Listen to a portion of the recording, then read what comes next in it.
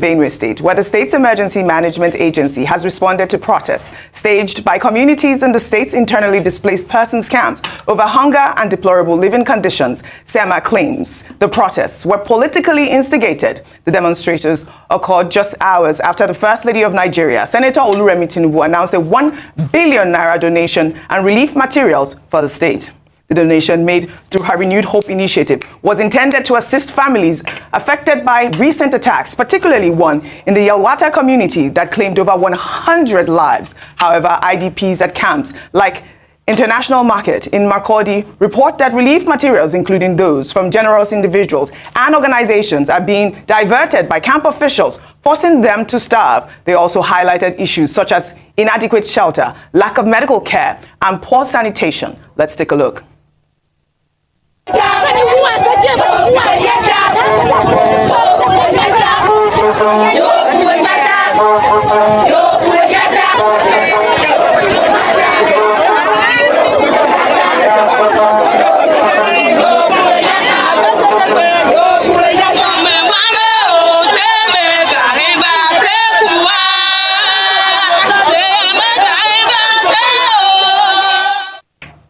This came just hours after the First Lady donated that 1 billion naira. But you know, an official at the Benue State Emergency Management Agency, Tema Aga, insists that the IDPs are not being starved and that the government is providing food. He also stated that IDPs from Yelwata often migrate to the International Market camps in Makurdi because it is a newer camp that attracts more aid. Aga insisted that the protests are politically motivated and that the 1 billion naira donation by the First Lady is intended for resettlement, not for immediate food aid, which is quite strange to hear because, I don't know what resettlement means. I'm sure that that also includes food aids. But the complaints are the fact that there are some camp officials that are diverting the food. And I think that their protest is quite legitimate because if they see that the First Lady has come into the state, they'll raise alarm right at the point. But meanwhile, the Benue State Governor, Hyacinth Aliyah, has also reacted to the protest, stating that he would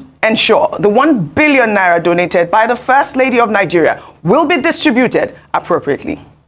My attention was called to the unfortunate protest by some members of the IDPs at the mega camp over their welfare. And this is why we could not wait for even 24 hours to click before we set up the machinery to ensure that the donation of the First Lady went to the appropriate channel to the IDPs. It is not just for the IDPs at the international market. It is for all the IDPs in the state, and they have to be reassured that what is theirs must go to them. All right, I applaud the governor here because obviously we were quite worried when we saw that protest, and his assurance here is quite reassuring. Bimbai. It certainly is, because this is a crisis that, that occurred at his doorstep. Yes. And he has been consistent throughout this process. But let me begin with the authenticity of the protesters. Yes. I think we've now kind of gotten used to knowing which protests look authentic and which look stage managed. These people, you can see from the look of them, I think this looks very authentic. They blocked the highway. They're still carrying their leaves and their trees. You say they come in peace, but you can see that these people are in distress. Mm-hmm. Now, we often talk about the humanitarian crisis, the IDP camps, because these are people who get forgotten. After the headlines after we move past the headlines, after we move past the casualty numbers and so forth, we forget that there are people who have left their homes, who have been displaced from their homes, not out of their own volition, but because of the security situation. And because a lot of that, if you remember the images from that attack, a lot of their homes were razed down. Yes. They couldn't go back to them, so they need to be reconstructed. Now, in the process of resettlement, which we don't know how long that will take, it's so important to just ensure that whether it be the camp officials or whoever is responsible, ensure that every single kobo is accounted for. Let these people be fed. Their only crime is that they happen to be in the wrong place at the wrong time, which is their homes. That's their only crime. We have a civic duty, and I know that there's several NGOs as well who have been involved in making various donations and ensuring that the relatives and the community members who are displaced can just have a dignified life while they wait for their homes to be rebuilt. So I'm glad that they've protested. Now some succor has come from the First Lady, and the governor has spoken. Let him follow that charge and ensure that every single part of the value chain, whether it be from the feeding to even their medical care and so forth. Let's make sure that all of their needs are met. Well said, if I could comment. Okay, what is the basic foundational issue here? Before, we talk about the atmospherics. It is simply that nobody should be internally displaced in the country. Correct. No Nigerian should be a refugee in his own country. And that is why, again, this particular incident reconfirms the point we have always made that, look, people should enjoy their rights as citizens. The Constitution of Nigeria guarantees the right to the dignity of the human person. When people are killed overnight, when communities are sacked, it is their right to dignity that is violated. That's number one. Number two, each time Senator Oluremi Tinubu, the First Lady, donates anything in any part of the country, we always make the point that it's important that the resources are properly managed and monitored. Transparently. Accountability is very important because she's been to many states to provide their support. So there's that issue about accountability. Three, people who are in distress, including ordinary people who are in IDPs, they have expectations. This incident occurred, this protest occurred in Benue, less than 24 hours after Mrs. Tinubu visited, and they heard that she donated 1 billion. Now, typical, human behavior. They said, well, where is our money? The average Nigerian has this mentality. Once they hear money, they say it's our money. Because of this distrust between government officials and the people. And the easiest argument that they can put up is to say, oh, state officials are diverting what is meant for us. What do they want? They want the money to be put in envelopes and given to them, which is why the clarification by the information officer from the Benue State Emergency Agency is very important. He said, look, these people, they are fed every day. In fact, even as they are protesting, food has been provided for them. And in fact, they are so well fed that some of them go from their camp to another camp, a nearby camp. They will eat here, they will eat in the other camp. But you see, that's typical, behavior on the part of people who are distressed. But the assurance by the governor that, everything will be done to make sure that they are in very good condition is very important. However, I return to the original point. Nobody should be subjected to any form of distress or displacement or refugee condition inside Nigeria. That should be the ultimate objective of government, either at the federal level or at the state level. Well said, Dr. Abati. Let's head over to Edo State now, where an artist, identified as Balogun Omokafe, has undertaken a 4-day trek from his hometown in Akoko Edo in Benin City to protest the severe neglect of Igara-Ibilo section of the Auji-Ibilo Road and the alarming increase in kidnappings along that route. Okafe described the road as a death trap, stating that over 100 people have been kidnapped and many lives lost along that axis. The artist emphasized that his concern for his community outweighed any fear during the trek and appealed directly to the state governor, urging the urgent rehabilitation of the road. Let's take a look. They don't kill our people. They don't kidnap our people. They don't maim our people. They don't do a lot of things to us. Consider us. Now we beg you, Lao. Help us. Fix the Auchi Ibilo Road. Use your loyalty, your influence. Take go at the federal level and at the state level. I beg. Center of Express now kneel down. I beg. Help us. Governor Kwewolo, help us. Help us. Help us. Help us. Lao, that's what he's asking the governor. That's why he's actually right, because you did see that road, which he described as a death trap. And he said that there's been kidnappings, including that of the Ward 1 Labour Party chairman, Okasime Olowojoba, who has been missing for over 4 months after being abducted on that axis. This is not the first time we are seeing people protesting in Edo State along that axis. We've had protests for months now. But in the meantime, that video actually caught the attention again of the Edo State governor, Monday Okpebo, who personally visited the road yesterday. Let's take a look. Our governor is here. Yes, sir. So, He's here witnessing the road by himself. Under the rain. under the rain. No. Under the rain, the governor came. Thank you. Yes, sir. Welcome. Thank you.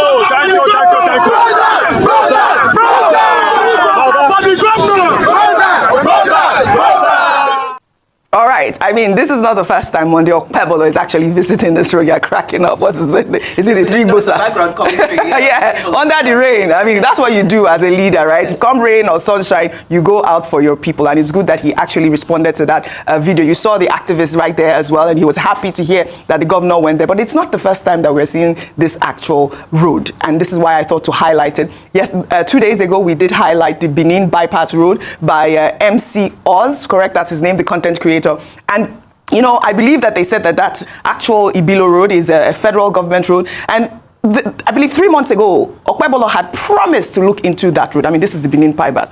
Okpebolo had promised to look into this road, which we are still seeing that is dilapidated, no matter what. I mean, what really is going on? Meanwhile, amidst controversy over regional bias in infrastructure development, the Minister of Works, Dave Umahi, has stated that President Bola Ahmed Tinubu's administration is implementing an infrastructure revolution that is inclusive of all regions across the country, not just the South. He added that he plans to publish a comprehensive list of all projects exceeding 10 billion naira next week to buttress his claim. Umahi spoke in Abuja on Thursday after the weekly Federal Executive Council meeting presided over by President Bola Ahmed Tinubu. Let's take a look.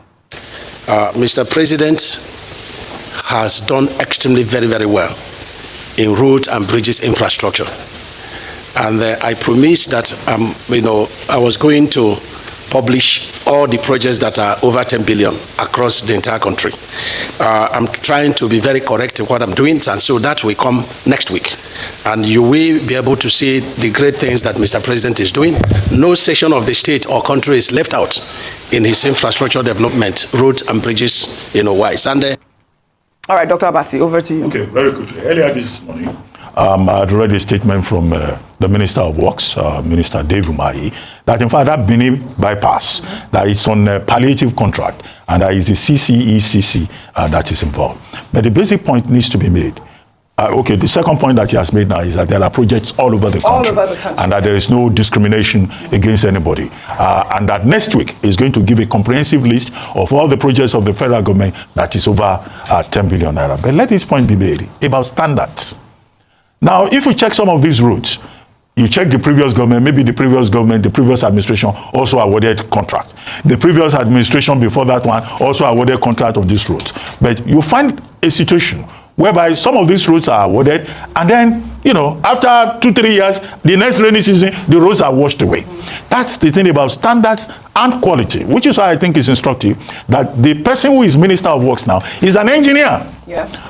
Because if you go to somebody, maybe a journalist, you make a journalist Minister of Works, somebody who cannot even interpret drawings, who does not know anything about bill of quantities and all of that. So these contractors, some of them appointed for political reasons. So we keep spending money on these roads, and then they get washed away the next rainy season, and we find this embarrassing situation. Either you attribute it to erosion, but it's also about quality and standard. The present minister is talking about using cement. And I think he has some experiment, between Abuja and Kaduna, where they are using cement in other places, following the example that has been established elsewhere. Like if you go from Accra to Tema, the whole of that road has been there since I was a younger person. Mm-hmm. The road is still standing up to now. The other thing is about maintenance of these roads. When Nigerians build roads, even if it is of good quality, they leave it. Look at Lagos-Ibadan Expressway. Nobody maintained it for years. And that was why that road collapsed, and now it's been rehabilitated. We must also develop the culture of maintenance. If you go to the UK, you will not see pothole, and it's because there's a sunset clause. Even if the road is in a good condition, after a particular time they will redo the road. So we ought to get to that level. Otherwise, we have this perpetual agony of roads that collapsed and all that. Look at Lagos to Calabar, the main one, across the Niger. When I was an undergraduate, that's the same road we were using now. To Benin. Benin was less than 2 hours. Yes. From this Lagos. We got to a point in this country that to go to Benin, people were sleeping on the road. Oh, unfortunately. And once they are strapped like that, armed robbers will attack them, kidnappers will attack them. This is still the same thing about the quality of life, about the dignity of the human person that we're talking about. So that should be the long-term goal. Yes. And, one government must begin to insist on those standards and the maintenance culture. Talking about quality of life, your thoughts on the young man who has embarked on this trek to raise awareness? Well, I mean, okay, these activists, Yes. whether the one with the Benin bypass or the one on the Auchi-Ibilo road, I mean, these are activists who are trying to draw attention to omissions, failures, and I think, well, they have a role to play. It's called citizen action, you know, to draw attention. But I don't know how much distance it is from Auchi to Ibilo, but, you know... he said he doesn't mind sleeping on the road for 4 days. It takes 4 days. But he's doing something positive, yes, highlighting something. The only clause here about these activists, because many others in some other states who acted in a similar manner, they were arrested and detained for embarrassing government. Now, no citizen should be arrested for merely just saying, look, we are suffering, you know, come and help us. Yes. I don't think that is a criminal offense, you know, because there is provision for citizen action, you know, citizen initiative. So, and in fact, it's asking for help. Yes. But in some other states, that one that Benin bypass and this one, they will have been arrested. This is it. He's asking for help, and Okwebolo came. He looked really excited in that video, Irvin Bai. I mean, listen, I love the story of listening leadership that don't take criticism as an attack, that are able to embrace criticism and say, you know what, let's go and let's find out what the situation is on the ground. Yes. Two themes continue to stand out in Edo State under the leadership of Governor Monday Okwebolo. Number one is security. Number two is infrastructure. Now, we've spent a lot of time on infrastructure. Now, looking at security, it has been one event after the other. Of course, there was the major one that happened with the alleged hunters who were traveling to Kano. Then recently, I believe you brought a video of some vigilantes who were beating up a gentleman. And what does this tell us? This is two instances of vigilantes who are behaving in an excessive manner. Now, many people might say that he dismantled the security infrastructure that the previous governor, Governor Obaseki, had set up. If you remember, all that happened after the election and so forth, and there was a spike in insecurity at that time. So people are attributing it to that. Whatever the case may be, he certainly has spent a lot of time and effort, commendably so, with addressing the issue of cultism in the state. And I hope that he will now be able to come up with some sort of sustained security solution to the abductions, the kidnappings, the excessive force being used by the vigilantes who have now taken it upon themselves to do self-help because the place is not as safe as they would like it to be. So a lot lies on the table for him on his agenda. But, you know, like he said, in 8 months, he has done more than somebody else did in 8 years. So we look forward to seeing what he will be able to do in the next couple of months to address these very critical issues. Absolutely. This is the issue. These are the issues, isn't it? We expected all this. It will happen. It's just a matter of time. Those people in IDP camp, you think they are happy? They are not happy. When this woman, the Tinubus wife, donated 1 billion naira to them, I did a video. I was asking questions that what is the purpose of this money? What is the need? Is it what they actually needed? You give them money, is basically, for me, is to eat, right? It's for them to eat. It's not for them to go back to their communities, go back to their various houses where they came from. It's not like after paying the money, the communities where they came from is safe. You are not giving them part of the money to go back home and start life for a period of time before they started doing something. They started harvesting it so that they can have some money to hold on to themselves, to look after themselves. Do you understand? No, it was not like that. You give money for people, these people who actually needed the money, they don't get it. I said it before. And we don't have trust in government. Again, government officials, we lost that trust completely. That's the reason why they donated the money. After donating money, less than 24 hours, and the same people in IDP camp, they reacted. That, what's the meaning of that? Are you guys going to keep us here forever? And where is the money? What is the money meant for? They reacted. You expected all this to happen. I said something. The best solution, you don't have to keep giving temporary measure every time. This is a time for a permanent solution. Other than that, the money donation you give is not sustainable. You give them money to buy food material, to buy food store here and there. The money will finish within a period, within some time. The money is gone. And some persons who are in charge of this money, opportunity for them to make money. Some people will become a millionaire through this 1 billion donation. I said it before. That's what is playing out. What are you going to do today? This one, the state governor say they are going to make sure they make use of the money judiciously. The money actually goes to do what they have to do. A lot of questions. Now, what they were saying that the money was meant for, not what the money, now they said the money is not what the money is meant for. So, what are we saying? What are we saying? Those people, they have houses. They were not, all of them were hungry. They were not hungry before. It's just the insecurity. They were not bothered about government. If their community environment is safe for them to live in, go to their farm, do their farm work, they don't bother about government. They were okay on their own. But because government has failed, gives opportunity to these terrorists to come and drive them away from their farmlands, it becomes a problem for everybody. Now go across the region now. It's the same country that APC is telling us or told us that the country is safer now than before. Insecurity here and the kidnappers here and the Edo State now, my state, they are complaining. My village yesterday, somebody reached out to me sending a message that kidnappers in our village now, is somewhere in Edo State in our village, that nobody they go out again. People can barely go out now because of kidnappers. Because of kidnappers, they are targeting who to kidnap. Is it not somebody these fish magnets they kidnap in Anambra State? Right? Our community there is one popular place in our place. This if you live around Ebohimi, Ikiken, Ubiaja, Uromi, those places, that road, that Ubiaja road, Toedela, that road now is not. You dare not pass that road again. Even if you manage to pass it during the day, hot day, in the evening time, you dare not pass it. I did a video like this before. Okpeboro, this video does not get to him. He said, giving himself praises that in 7 months, 8 months in office is better than 8 years of Obaseki.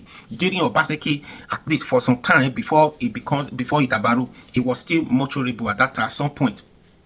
But now it's gone worse. That road is popular road there. Ekpoma, that Otoedela road, those people they go Abuja, those Dangote road trailers. Now there they pass. But it's not motorable. Now inside the bush now, that Otoedela inside bush, that's where the kidnappers, that's where all those Fulanis, that's where they hiding. If you pass there, God is not on your side. That day you are the one. Many times they reach out to me. In our village, the same thing. So where is the insecurity improving? Daniel Boala said now the insecurity has improved. Where? On what basis? Anyways, we'll continue to complain. Make sure creating this awareness, they will listen to us. Let them face these problems. They created this problem. We're not even now. The problem is we are not even saying they should come and they should give us electricity. We're not even saying create jobs for us. People are developing means or creating jobs for themselves, but this insecurity now is not enabling people to do all those things. People are discovering a lot of this thing they can farm. There is a lot of agriculture. There's a lot of crops, a lot of plants you can do now, make money. People are going into agriculture, farming, but there's no security to guide, to protect them, to protect your farm. You go to farm, you do your planting. Before you comes back again, the next day, they have been uprooted, they have been destroyed for these same people. How do we survive this? Do you understand? So it's very critical. Don't mind APC telling you that the security has been increased, improved. How? We see having these numbers of kidnappers, people reporting every time some roads are not motorable. You dare not pass some of these roads, and you are saying that the country has been improved in terms of insecurity. How? Anyways, that means that they are lying to us. Now I said it, Tinubus, those people in IDP camp, whatever you do today, they are watching, they see everything, isn't it? So if you fail to solve this problem today, tomorrow it will affect every one of us. It's because they failed to solve this problem yesterday. That's why it's affecting every one of us. Now we are talking about it and it's going worse day by day. There is still time. A lot of things needs to be done. And if you still fail to do this today to solve the problem, provide solutions to this problem, tomorrow will be worse. And that's where the country is going now. But I pray we shouldn't get to that point where everybody will lock themselves at home. So I pray it shouldn't be. What do you think? Please share this video and please subscribe to this YouTube channel for more updates now.